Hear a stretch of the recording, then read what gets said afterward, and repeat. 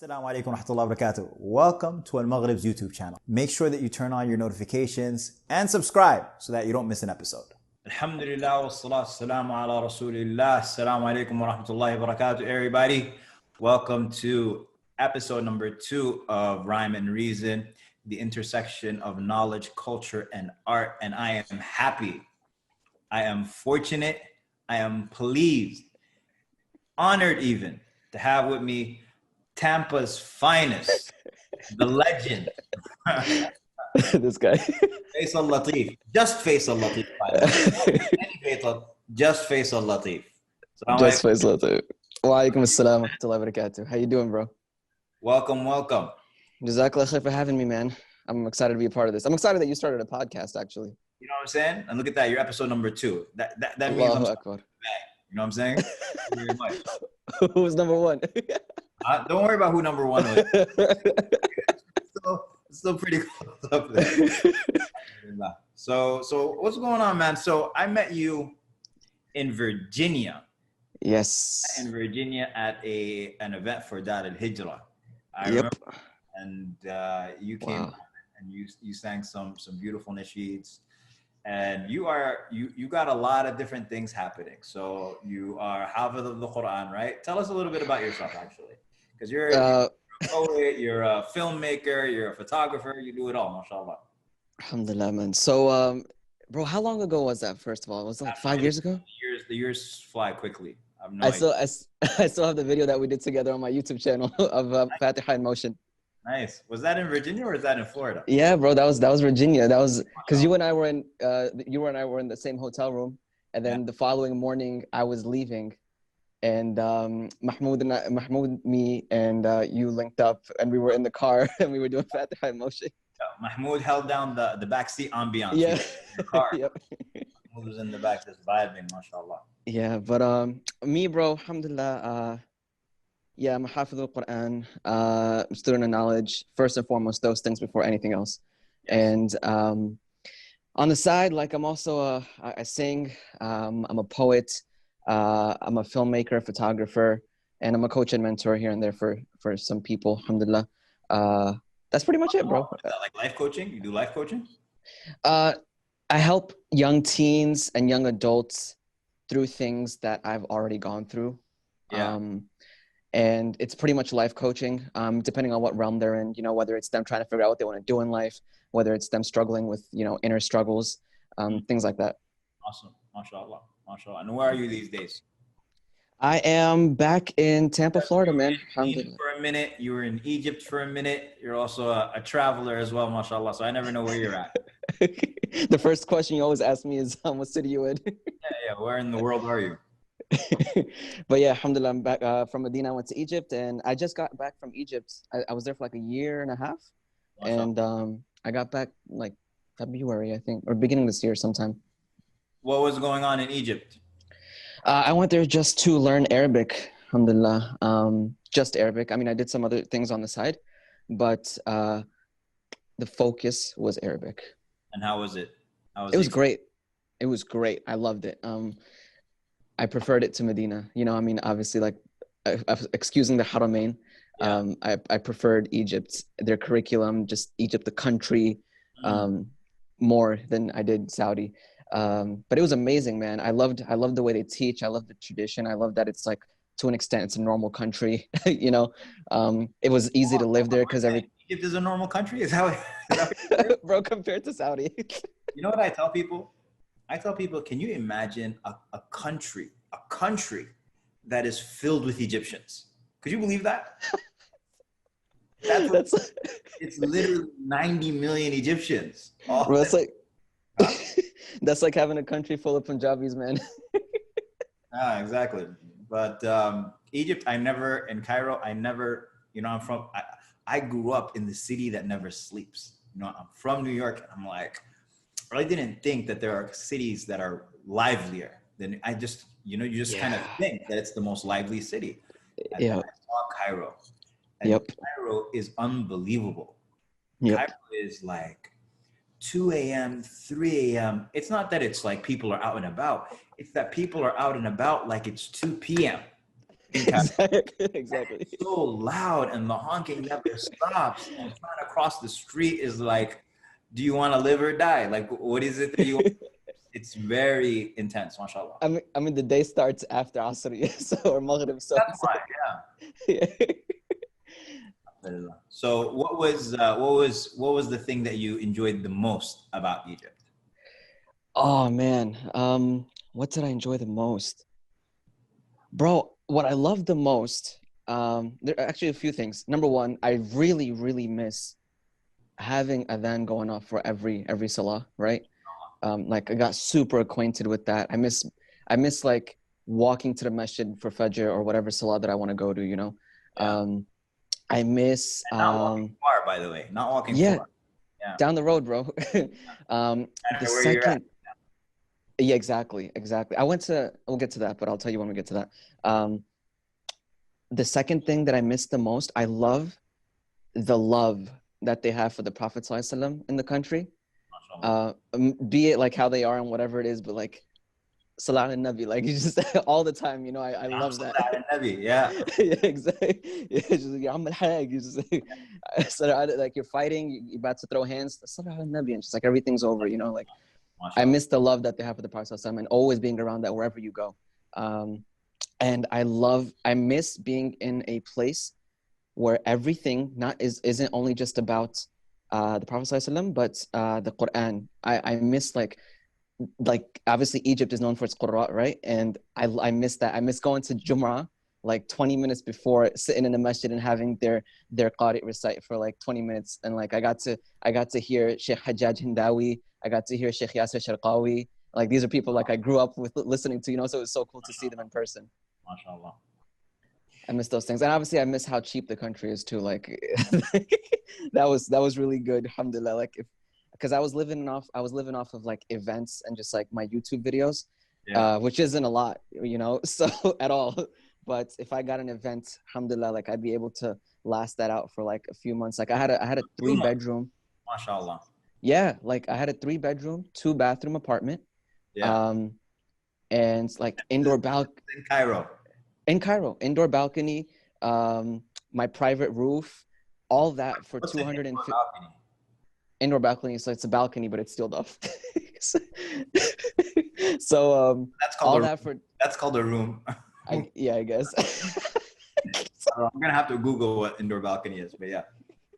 All that for 250 USD, and I can't get that here in the States, you know. So $250, mashallah. yeah, man. That's amazing.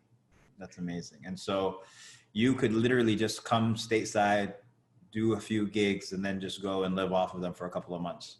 Yep, easy, alhamdulillah. And like electricity was cheap, food, water was cheap, you know. So it was easy as a student of knowledge to be living there, so long as you have a means of income, and it's easy to live there. I miss that. Jamil. And speaking of your YouTube, so mashallah, you just crossed 100,000 subscribers. May Allah subhanahu wa Yes, ta'ala bless and alhamdulillah. make you a guider of others. I mean, So, you know, you have a similar following on Instagram as well. Are those your two major platforms that you showcase your art and da'wah in? yes. I started off on Instagram and proceeded to YouTube not too long after Instagram, but Instagram is where I started. And I was actually, bro, I don't know if you know this, but when I first started my Instagram, and when you met me, actually, because when you met me, that was my second event ever, and at Darul Hijrah. And right before that, I would say a few months before that, I was in the process of completely getting rid of all my social media.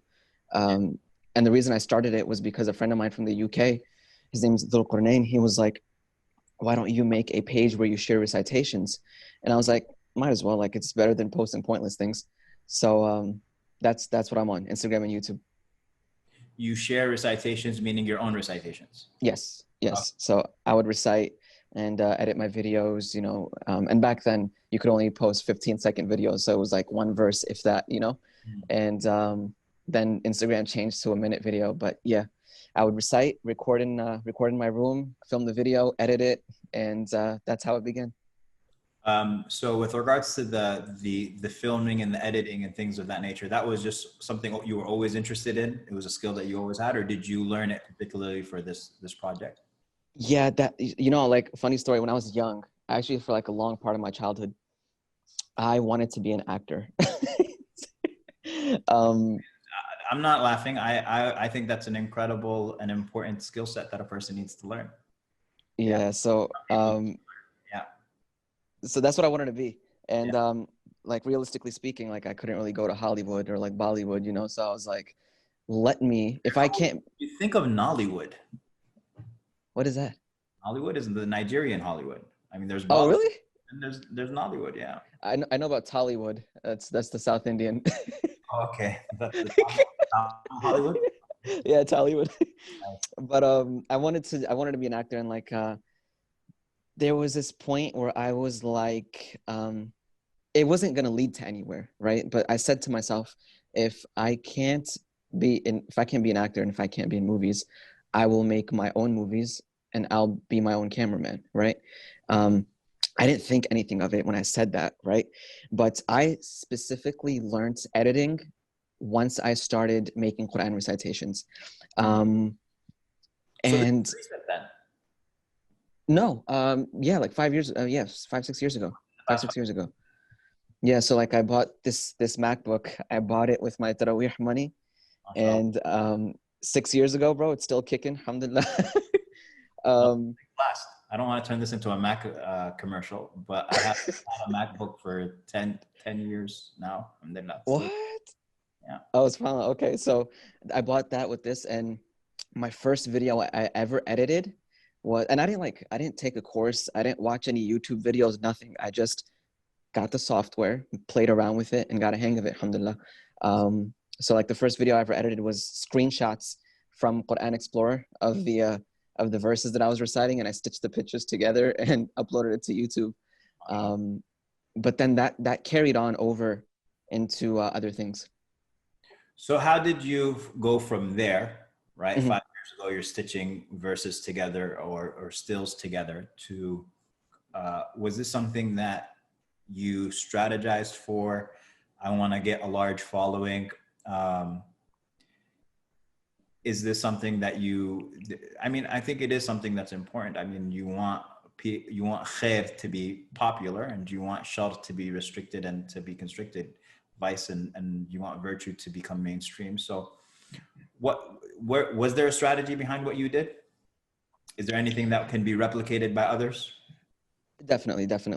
But initially, there was no thought process. There was no plan. There was even to be honest, there was no motive to want to have a massive following. You know, like I never thought 100,000 subscribers. You know, I always thought like, hey, it'd be cool to hit that one day, but I wasn't like actively trying to hit that. You know,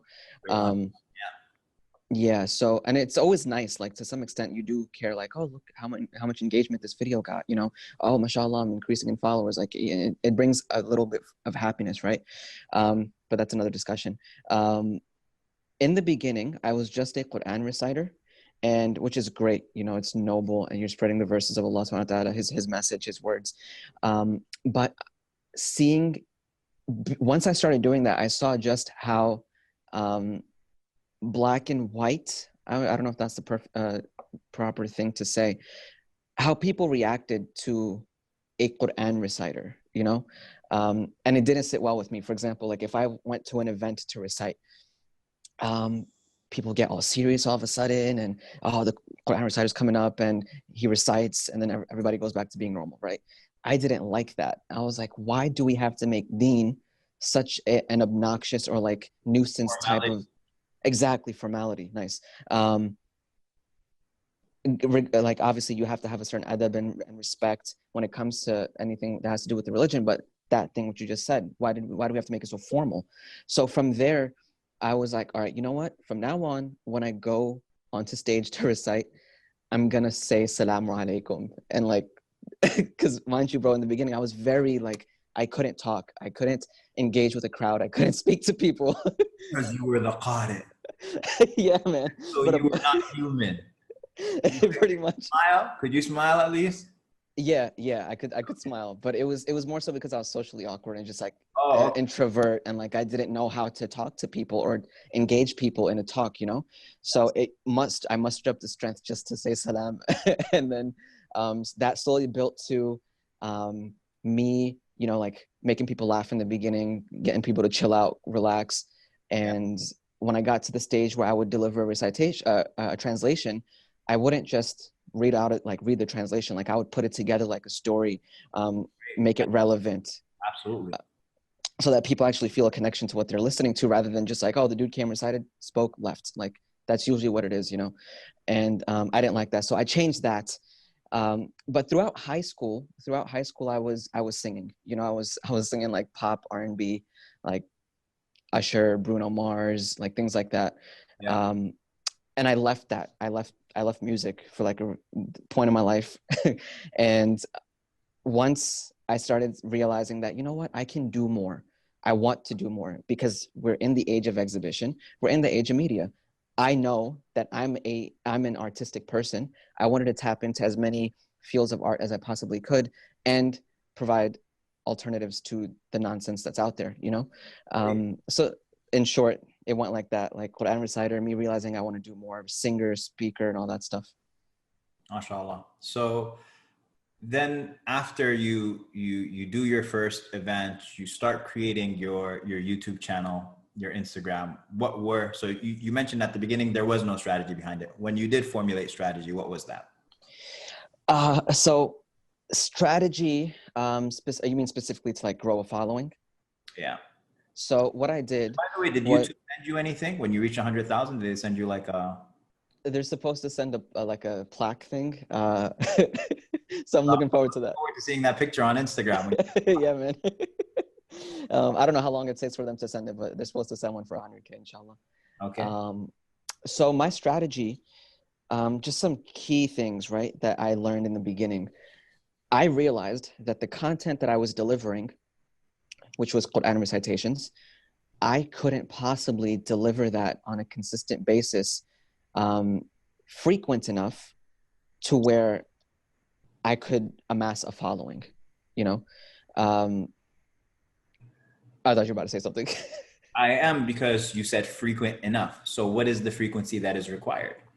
So back then, it was nice because if somebody was following you, 100% they were going to see what you posted. You know, there was no algorithm. This is Instagram. Yeah, Instagram. So algorithm is all new stuff in the last few years.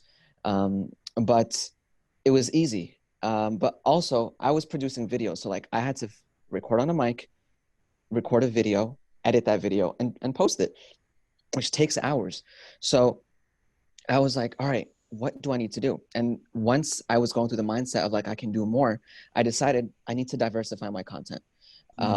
By that, I mean, I started posting reminders, started posting advice. I started incorporating my photography work onto my page. I still do all this.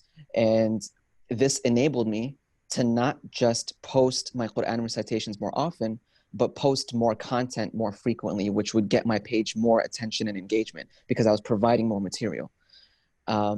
So that was the first thing. This was all before the algorithm. Yes. Okay. Yes. It was diversifying my content. Obviously, Of course, the reason why we're sharing all of this is because we want people in our community who have something of value to be able to contribute. We want them to be able to benefit more people, right? Definitely.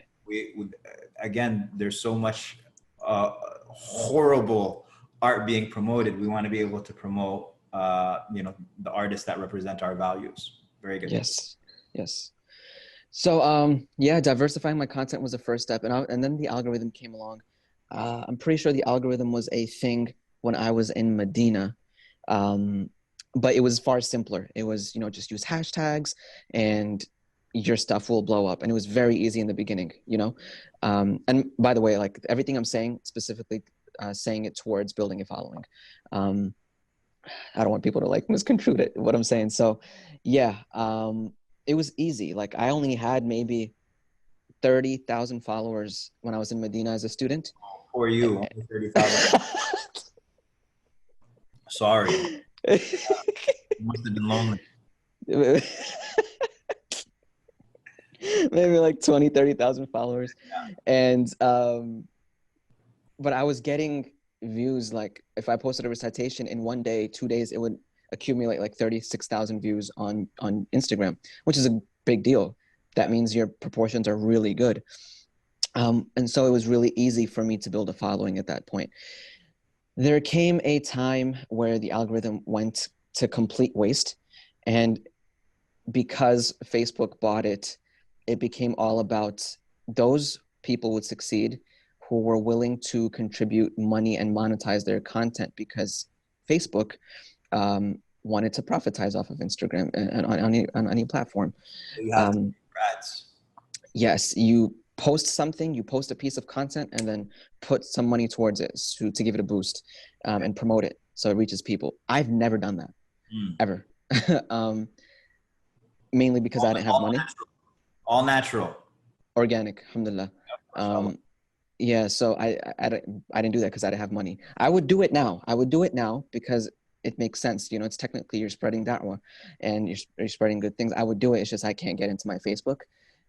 It's a long story, but I can't connect the Facebook account to my Instagram. But episode 2. Yeah. Happen to have Faisal Latif's Facebook. Please give it back. Thank you. So in all, bro, consistency, diversifying your content, and one thing that people definitely miss is engaging with your community. They aren't just followers. They're not just a number that it's increasing your following counts. These are real people who are choosing that out of their life, they're going to dedicate some time to support you and what you do. You are not worthy of that. That is a choice they make, you know? And people fail to see that. So what they do is they don't engage with the people that are following them. They can't even respond to comments. They can't like do live streams just to like talk to people. And just things like that, you know? So those are the top 3 things: consistency, diversifying your content, and engaging with your community. Bro, why don't you just at me, bro? Why don't you just at me? What do you mean? Like describing everything that I don't do. But you're right. You're right. For me, I don't do debates online, man. I just can't debate people. I have zero. And so when people are like, you know, I can't do the back and forth. I don't have the patience for it or anything like that. But yeah, these are all great. Jazakallah khair. These are all great. That being said, you know, and I recognize that this is something that people want so bad. You know, I went to an Islamic school and I was just in town for an event. And I said, you know what? My friend had a son who went to an Islamic school. I was like, let me stop over there and, you know, we'll do some poetry recitation for the kids and, you know, just do a different session for them. And so I came and there were all these 10-year-old kids and stuff. And I guess that the teacher, she's introducing me as like some famous poet or blah, blah, blah. So the kids run up to me. They're literally so excited and they run up. And the first thing they yell at me, I'm hearing all these kids screaming. They're like, how many subscribers do you have on YouTube? I was like, what? They're like, how many subscribers do you have? I was like, let's not talk about that, guys. Let's just move this on. But I was surprised that they were asking me about subscribers. That's the age now, bro. And these are the kids. This is what they're coming into. This is the world that they're coming into. Yeah. I mean, that you have. That being said, fame is something that's incredibly dangerous. Oh yeah. Even as it wields potential for benefiting people and all of that, we understand that it is incredibly dangerous. Is this something that you advise? Are there particular guidelines that you've learned along the way that you would encourage people who are endeavoring into this field that they hold themselves accountable to? Yes, 100%. Do I recommend people building a following for themselves on social media? That is a very, I would say my answer to that is very balanced. Yes and no. Yes, because that's the age we live in. If you have something to offer, if you have an ability that you've been blessed with, or a talent that you can spread and influence good with, inshallah, then you don't exist if you don't have a following. If you're not uploading stuff onto social media, you don't exist. Besides maybe your community, and you just so happen to grow through word of mouth, you know? So for that reason, I would say yes, because it can bring about immense benefit to the world. I say no because with this blessing, just like any other blessing, comes its tests, you know, and it comes with a massive learning curve, not just for delivering content, not just for being in front of people's eyes and in the public spotlight, but also there's a huge learning curve for you learning who you really are and how to deal with things that come with fame. Certain guidelines that I would say people need to have before they even start considering that they want to build a following. Obviously, that's never the intention. That's never the goal or purpose. But if you're doing stuff that is bringing fame about, you definitely need a mentor. Definitely need somebody who can keep you on earth and prevent you from getting lost in the clouds. You know, you definitely need a mentor, because if you don't, what does a mentor look like? What does that mean? Mentor. To me, a mentor is somebody who can guide you not just in the worldly sense, but in the spiritual sense as well. Because whether you're providing Islamic content or not, and you're just providing content, fame is going to come. And when that fame comes, it's not just about, oh, brother, you know, focus on your heart, humility, et cetera, et cetera. That's very true. But how does one know? Like, only a person who's in tune with the age and what this age brings can tell you, okay, this is happening, but be weary of this. This is what life is about, you know? And somebody who can distinguish spiritual from life, but also bring them together when need be, you know? A lot of the times people have mentors who are just religious or just dunya based, and it doesn't help. But to me, a mentor is somebody who is learned in the religion, and can provide you guidance, not just in a physical aspect, but something that's neglected a lot in the Islamic community, especially in the States, is the spiritual aspect. Religion by default, its definition includes spirituality, and we forget to focus on our hearts. So if you're not focusing on your heart and where your heart is going, then what you're doing on social media will be a massive blindfold. Excellent. Jazakallah khair. Okay. So that was number one. You need to have a mentor. Yeah. With that mentor or with teachers, I think the second guideline is definitely make an effort to learn your religion, because, you know, in the Western world where we live, when it comes to acquiring a certain a certain degree or a certain pedestal in life, it's like, let's just use school as an example, right? When you're getting your degree, it's very, here's the textbook, this is the material you need to learn, go learn it, you'll have an exam, and if you had great grades at the end of your program, you get your bachelor's degree, right? But Islam is not like that.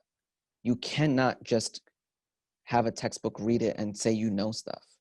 And you could probably explain this far better than I can, but when it comes to learning Islam and making an effort in learning your religion, the source isn't the books.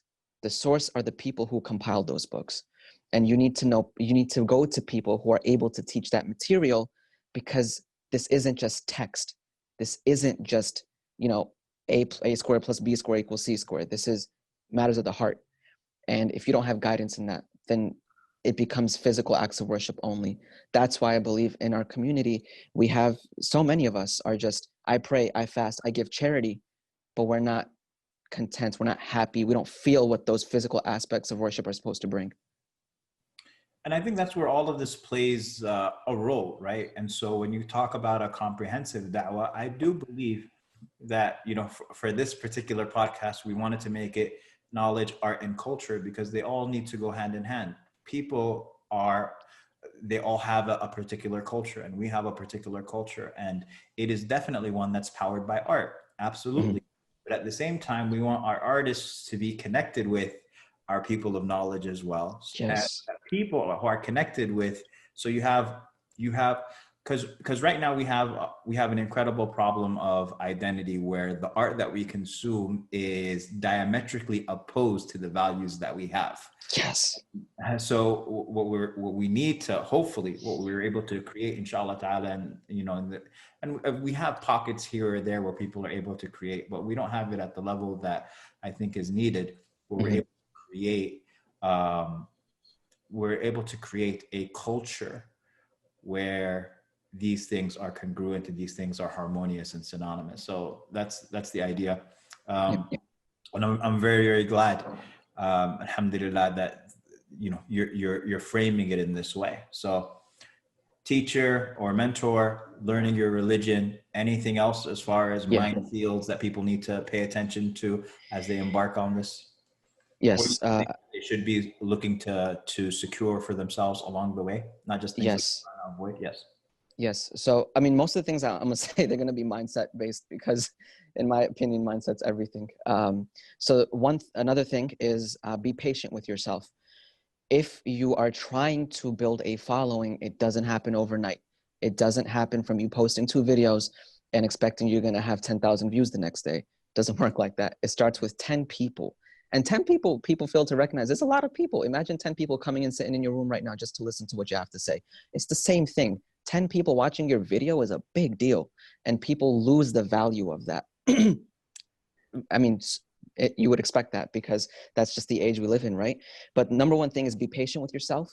Stay focused on your craft. Distract yourself with being so engrossed in making stuff, in making your content, that the views and the amount of subscribers and the followers start to matter less. It should be, I post a video and the next 3, 4, 5 days, next week or whatever, I'm not checking to see how many views the video gets. I don't care, because once I upload that video, the next day I'm already working on the next video. I could care less about how it does. I'm focused on my craft, perfecting it, growing, and that's it. So that's the first, next thing is be patient with yourself. After that is, with fame comes a lot of opinions from those who follow you, So it's learning, it's learn to have a backbone, Be principled. Yeah, be principled, yes. People let everything affect them. They forget that at the end of the day, they have a choice that they can, sure, it's not this black and white, but at the end of the day, you have a choice on what you let in and what you keep out. If you are letting every little negative comments or hatred that people have towards you get to you, you've already failed. You've already failed. And going back to the other tip I had with where you won't be concerned, stop being concerned about the views and subscribers and followers, it's if you are focused on that, your growth will not be as what's the word? Where it's just recurring. That's the word. What's the word for this? I don't know. I don't know. I don't know. It won't be that continuous. Is that yeah? what? As it won't be as continuous and as rapid as it could be. Okay. It won't be as continuous as rapid as it could be because you've already lost your focus on the wrong thing. So this tip right now is be principled, have a backbone, and be in control, because people lose sight of that a lot and they start going down a very deep hole that's never ending. That's where insecurities start. That's where feeling the need to please each and every single person that watches your stuff or has something to say about you stems from. So stop that early. But there's a flip side to this coin. You can't have this ego where you're like, I'm not going to listen to any criticism that somebody sends my way. No, it's not about that. The other side of the coin is where your mentor or those closest to you, and mind you, sometimes the people closest to you will not be your biggest supporters. By closest to you, I mean those who genuinely have no other motive and could care less about anything else. All they want is for you to be successful and see you do good in what it is that you're doing. So you take criticism from those people. You take criticism from the people have nothing but your best interest in mind. And that's not always your friends. It's not always your family members. So that's something to stay mindful of. And I believe— How important is it to have a team? Bro, it's important, man. I wish I had a team. I wish I had a team. Like, I do every single thing myself. Everything. Yeah. The only time I had a team was, I have my sister. I have those in my life who like, they'll help me set up the camera real quick, right? But when it comes to bigger projects, like, I don't know if you saw the spoken word that I did, I'm Losing Everything. Is that the one where you're buried? Yeah, where I buried myself. Yeah. That I needed a team, but even then the team was just me and another person, you know. I coordinated everything. I got the people together, made sure I had all the supplies, anything that I needed for the video, planned all the shots, laid out the story, but like every single thing, you know, I had to take care of. And then I had a camera guy, obviously, because I can't film myself. But teams are important, man. Teams are not just for the sake of getting work done with you, but also being that the reason why it came to my mind is because of what you were just talking about having people around you who have that, you know, as my daughter walks into the room and takes over the room, she's giving me the indication that we got to wrap this up. She's the queen, and I just live here. So you're going to start to hear nursery rhymes in the background. But what were you saying? So yeah, that's the reason why. It's because of that idea that people who can hold you accountable, or that you can kind of get genuine feedback from. Okay. Yeah, definitely. Exactly. And then I have one last thing that's very important is stay true to yourself while staying true to Allah subhanahu wa ta'ala. Because if you are not, then it's just like, what are you driven by then? You know, it's like, if you don't have that guiding you, if you don't have, all right, is this acceptable? Is this beneficial, or is this positive? Like things of these sorts, right? Like if your video, you think that on a significant level would not sit well with Allah subhanahu wa ta'ala, then you're thinking correctly, you know. But if you're not concerned, and you're only concerned about views, for example, or followers, then it gets to the point at some point in time where you're just like, oh, content. Oh, what can I produce next, right? What's gonna get people to click on this? What's gonna make people laugh? Like, there's nothing wrong with humor or anything. I'm just saying, like, the correct mindset is necessary, and let that be guided by Allah subhanahu wa ta'ala. And to come full circle, the only way you can know Allah and what is pleasing to Him is by learning your religion through those who are qualified to teach it. MashaAllah, beautiful, man. I love how you brought that full circle. That was a clean wrap. Alhamdulillah. Bro, it's all off the top of my head, man. Listen, let me praise you. You don't have to add more to it. You know? Oh, cut that out, bro. Off the top of my head. I just thought it was okay. Thank you. Oh, you remind me of the guy. You remind me of that joke. Have you ever heard where there was a guy who was praying? He was praying like a salah. He was just praying it amazing. He was just praising people around. You did hear this one, right? That's what I was thinking of when I said it, because I was like, people around, they were like, MashaAllah, look at his ruku', his recitation is so beautiful. And the guy looked at him, he's like, I'm fasting too. Yeah. Like, let me do the whole MashaAllah bit. But you know, and I really appreciate your time, by the way. I know that you've had a busy day. So Jazakallah khair for taking time out to be number 2 on this podcast. Rhyme and reason, starting off with a bang. Real quick though, you went to Beirut. Yes. You just went on a charity mission to Beirut. What was that like, and what was that for? What did you do over there? So Beirut obviously experienced the 3rd largest explosion in history, August 5th or something like that. Yeah, yes, last month. Yeah, last month. And the organization that I went with, their mission was to help rebuild homes. And obviously people saw the videos for it. It wasn't just some tiny explosion. There was a whole mushroom cloud. There was a blast wave. And I went there to document the work we were doing. So apart from, like, obviously, like, I'm a photographer and filmmaker. So alhamdulillah, I get to travel to do that stuff, like sole purpose, go document what's happening. And this trip was different because I've done other things, other work, other like relief things and charity things. But this one was different because it was the first time where something ridiculous happened. And 2 weeks later, I was at the place, you know. There was no plan of it. There was no things of whatnot. Just I was there. And it was insane to see what the explosion did, bro. Like, I spoke to people who were 500 kilometers away from the explosion. And I spoke to people who were like a mile and a half out from the explosion. And at 500 meters, bro, or at 800 meters, I was in a place where it was no longer a house. It was just bricks. And what's even worse, like I posted this on my Instagram. I was standing in a child's room, filming it, and there was this complex, like this building where 4 families lived, and it's just one of the things that we encountered. There was 4 families living there, and of the 4 families living there, only 2 individuals survived. And it was crazy. I'm just like, man, imagine being in your room right now, and out of nowhere, like everything around you is just stripped and just like blown to ash, you know? So that was heartbreaking. And these 2 people that I was speaking to, they were Syrian refugees.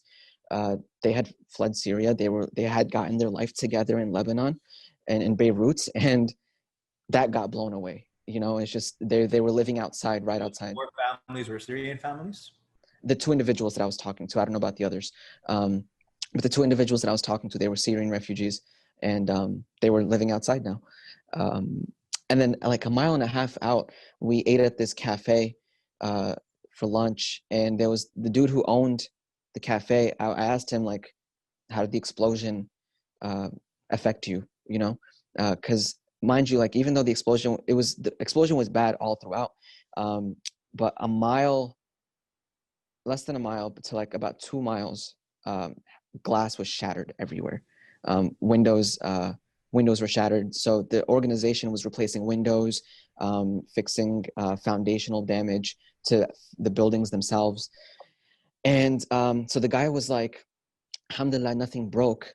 But I couldn't hear out one of my ears for 2 hours after the blast wave hit them. So like he was obviously facing where the explosion came from, and he couldn't hear out of that ear. But it was, you know, the most mind-blowing thing, bro, was I expected going there, I expected to see like destruction everywhere, which I did, right? But everyone had come together and cleaned up. I was trying to get a grasp of what does this place look like before the explosion? What did it look like? And they were like, it looked like this, minus like obviously the damaged things. It's just everyone came together and cleaned up. And hearing the stories, just like somebody was like, about a week after the explosion, we were like, there was this insane smell coming from where we live, and we couldn't figure out what it was.